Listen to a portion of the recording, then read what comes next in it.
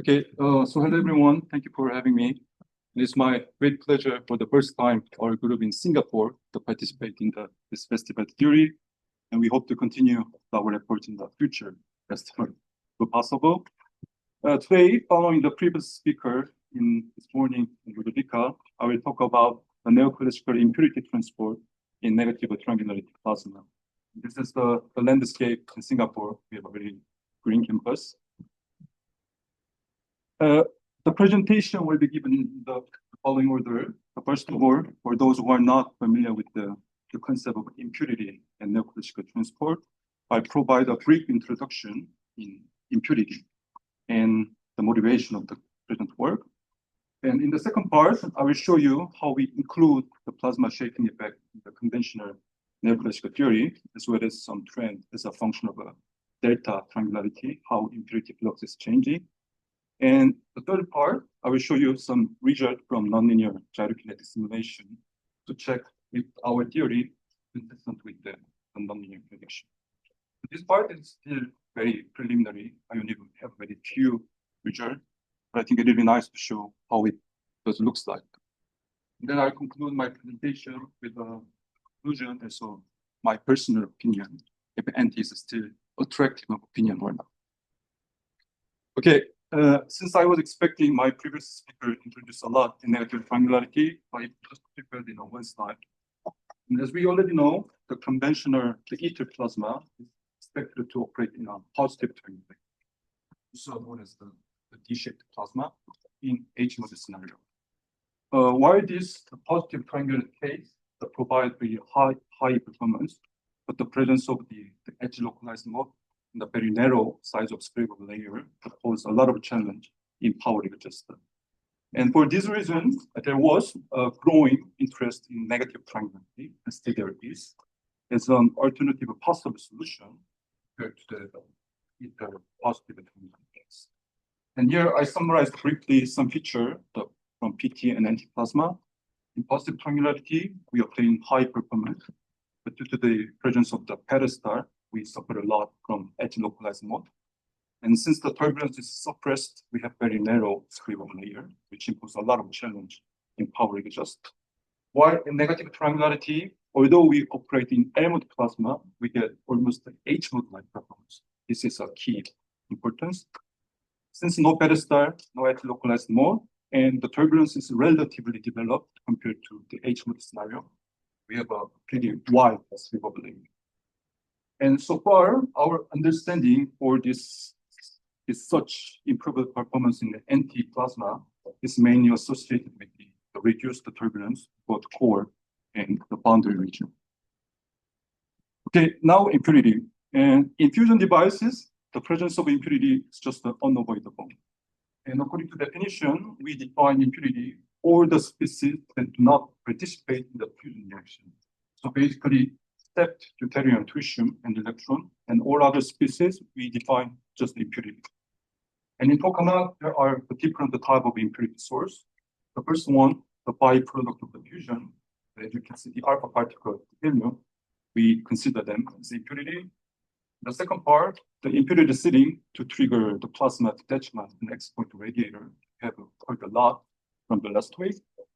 And this is very beneficial for power handling, but we are supposed to introduce the impurity in the tokamak devices, such as the nitrogen, argon, krypton, and other noble gases.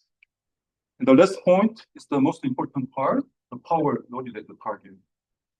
When the heat flux is coming out of the core region to the core turbulence, when they enter the boundary region, they are directed to the target plane.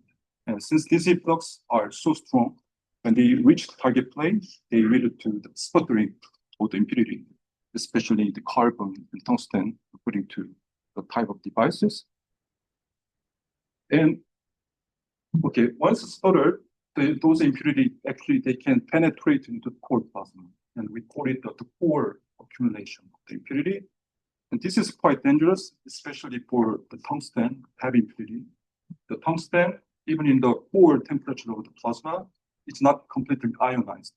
So when they enter into the core region, they experience further radiation, and it leads to the radiative losses and needed to reduction of the fusion. So the left figure, this is the tomography of the radiation, the aspects of rate. You can clearly see in the central region, the impurities are accumulated, and we are losing a lot of energy due to the uncontrolled tungsten behavior. And also, it is very important to understand because even at a very low concentration, let's say 10 to minus 4 and minus 5, the main ion, this can completely extinguish the burning plasma. So here in this figure, the x-axis is the temperature, the y-axis is the Rosen criteria, the CW is the tungsten concentration. And you can clearly see that by increasing tungsten concentration, the operational space is narrowing down. However, when these impurities are properly and timely used to trigger the plasma detachment to XPR by impurity acidic, it can be very beneficial. So the main difference is that the first one, radiation is happening in the core, so this is not good. When radiation is happening in the peripheral region, and this is very beneficial. And for those reasons, I mean, it is evident that understanding and controlling dynamic is very important for reliable gamma operation. Okay. And if we have a look at the physics of impurity transport, it's mainly composed of 3 different channels. The first one is the turbulent. The turbulent means that driven by the microinstability and plasma turbulence. And this channel is usually dominant for light species, such as the deuterium and helium. And if we have a look at the physics, this flux is usually directed to outward direction. This means that whenever there is a core accumulation of impurity, so this turbulent transport can help to expel the impurity from the core region. So this is something we can consider as beneficial. And we usually use the fluid approach or the gyrokinetic approach to address this turbulent issues. And the second part is the neoclassical transport, which is the topic of my talk. And this is usually dominant for heavy impurity, like the tungsten. And usually the region that we observe the repeated core accumulation in the real experiment, especially the region that West does not have the H mode, is this guy, the neoclassical region. And inward neoclassical convection drives all the time core accumulation. And this is something we have to avoid for reliable operation. And for this neoclassical transport, we often use drift kinetic or gyrokinetic. So NEO or A-class, these are very well known, the drift kinetic code. And then the last component is the MH transport driven by macro instability. So far, our understanding is that sawtooth oscillation and edge localized mode, they tend to flush out the impurity from the core. This is something can be beneficial from impurity perspective. However, whenever there is the magnetic island generated by the Théorie mode, can also enhance whether inward or outward transport. However, in this talk, we do not take into account the MHD, the transport, and we only consider the impurities are transported in whether turbulent or neoclassical transport channel, but with a more focus on the second mechanism. Okay, and neoclassical transport arises from the geometrical factor. And as we already know, in toroidal geometry, the magnetic field is not homogeneous. If we have the fluid section, the inner part, we have a stronger magnetic field. Outer part, we have a weaker magnetic field. And for this reason, as Ludovica already explained, particles are trapped and they do some bouncing back and forth, forming banana boat.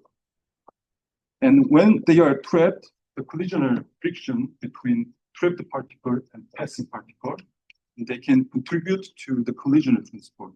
And we call this physics the neoclassical transport. And if we decompose the radial impurity flux into the multiple components, the first term is proportional to the perpendicular friction force, which basically llama radius. Then when they experience collision, they can move radially with the perpendicular friction force. The second term, so as I mentioned, the parallel friction between trapped and passing particle, so we define as a neoclassical.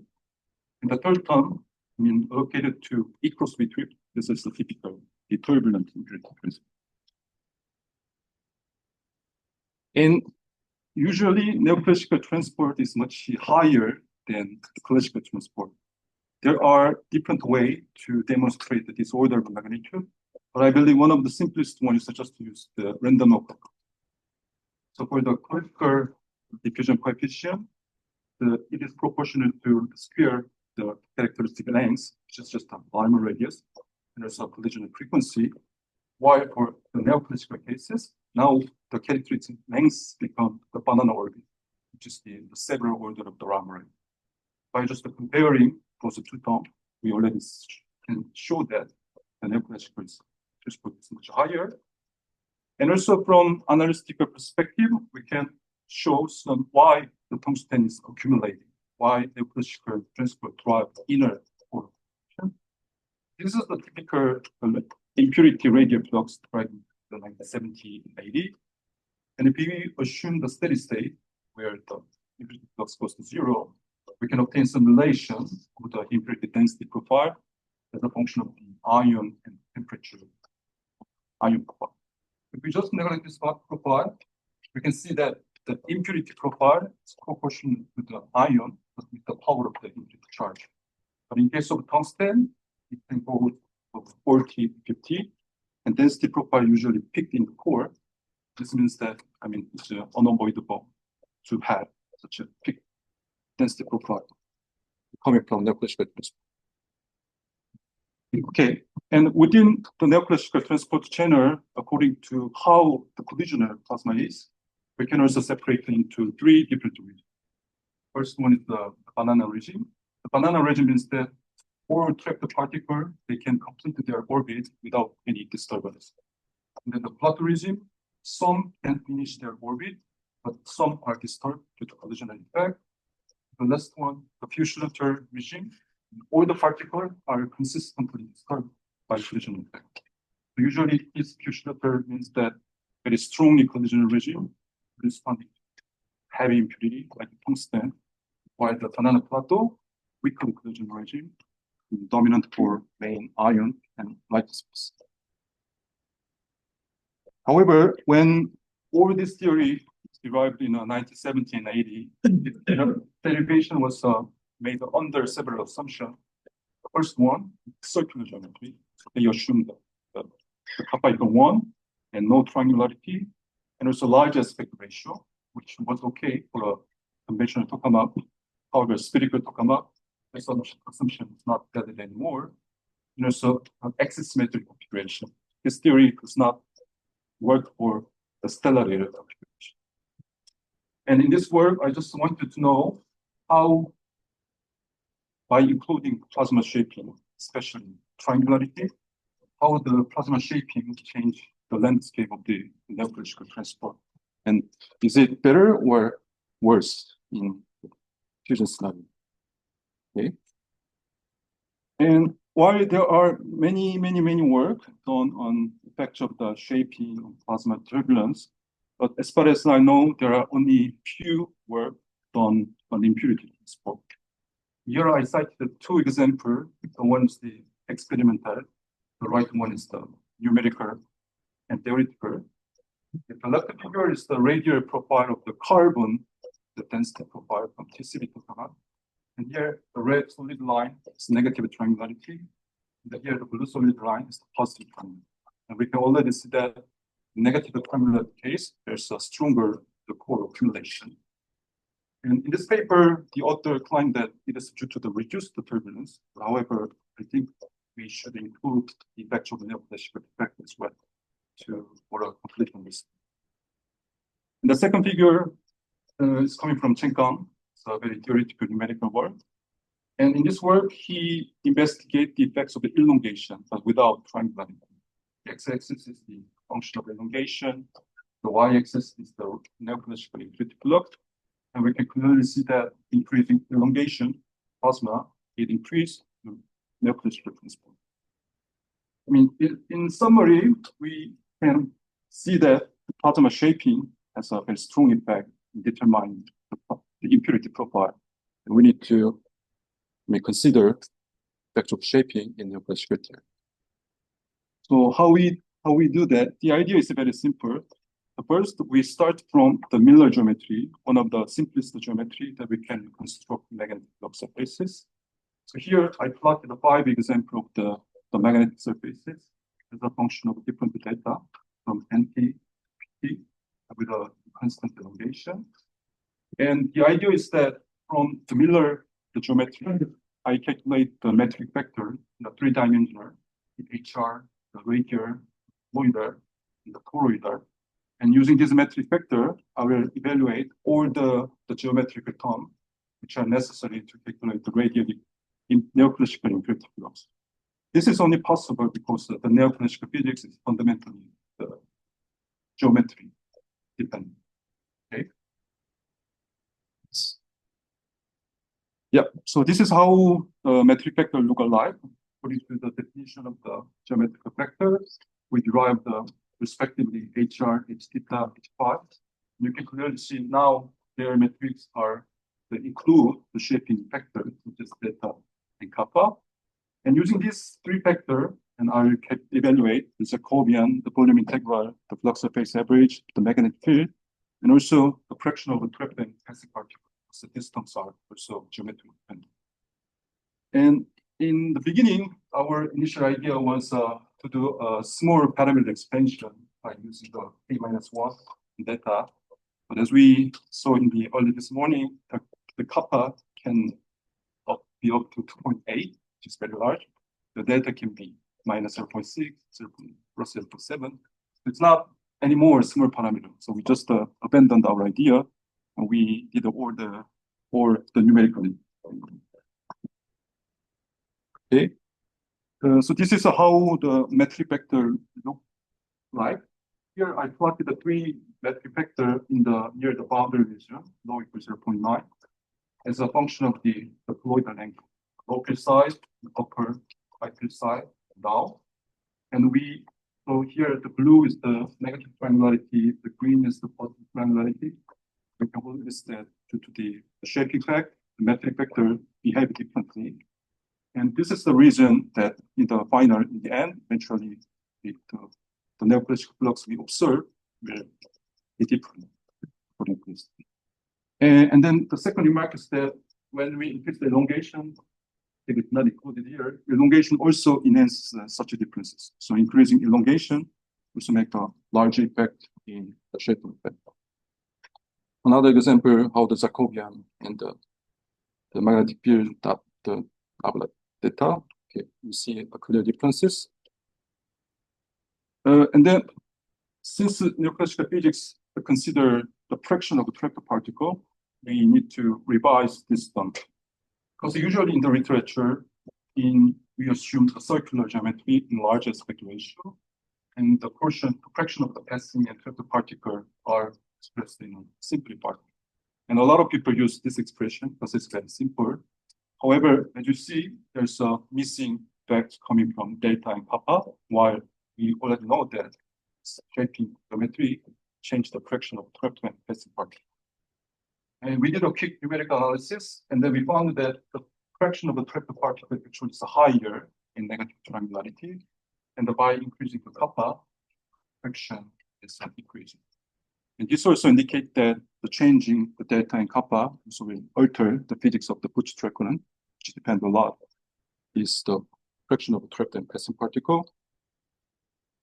And then now I will jump into the complete expression of the neoclassical imperative flux. This is the kind of one of the most recent expressions from Clemente in 2014. The first one, the proportional to the ion density gradient.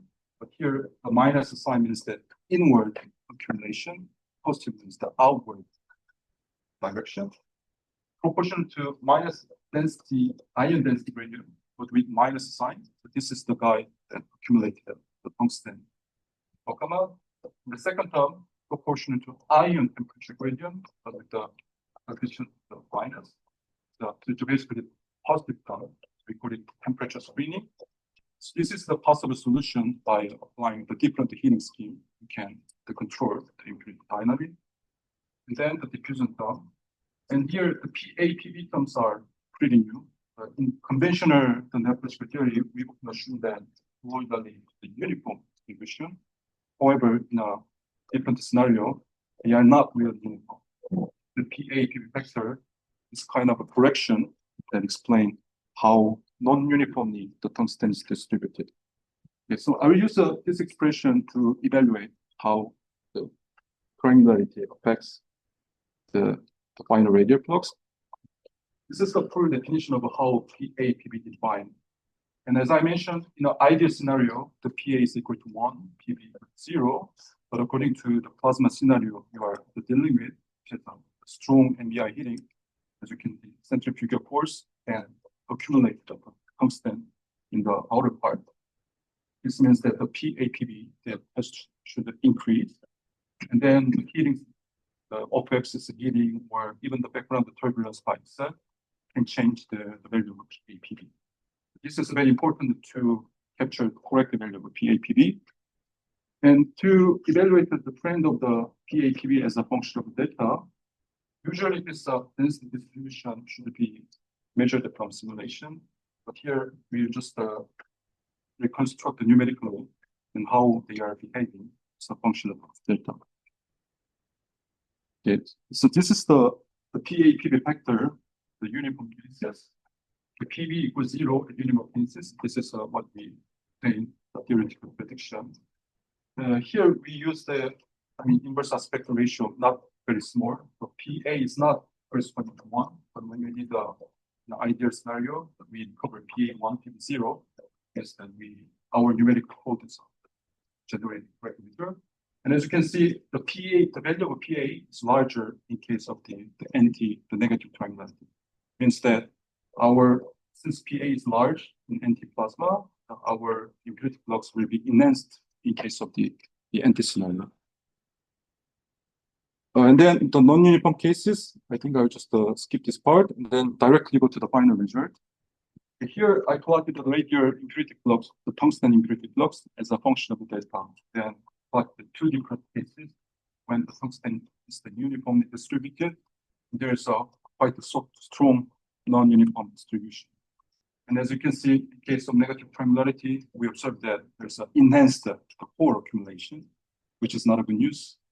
And this trend is even enhanced when there's a strong non-uniform distribution by comparing the order of energy.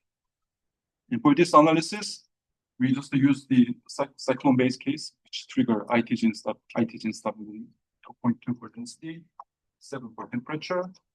And since there's a kind of a linear trend, we wanted to provide the power scaling law as a function of kappa delta. So here, alpha should be negative, delta should be positive. For the lack of time, I couldn't finish it.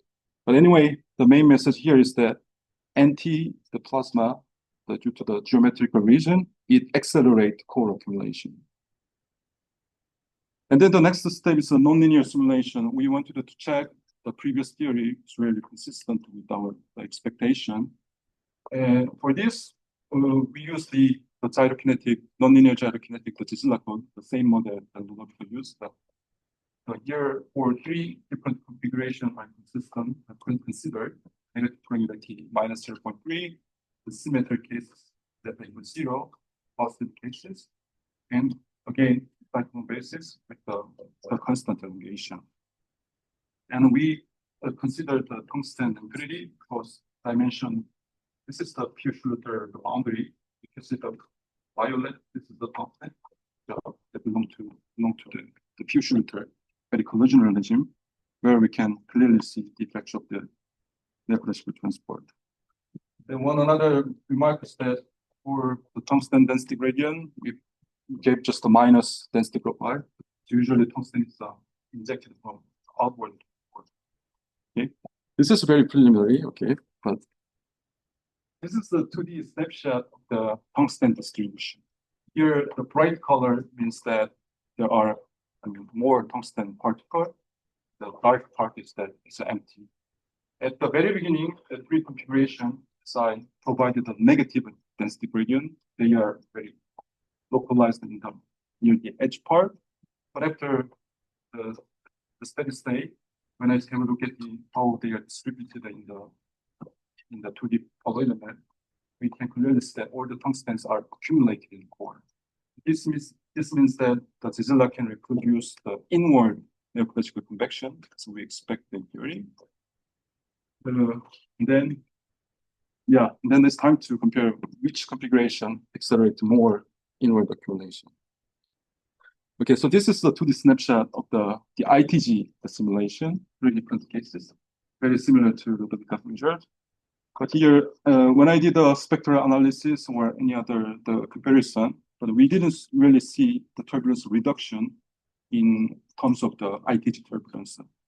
They propose a similar level of the ion heat fluxes, and we did not really see the differences from the nonlinear simulation. But this is actually good. This means that we have a same turbulence level, but different in neoclassical theory. We can differentiate the effects of neoclassical between an anti-MPT plasma.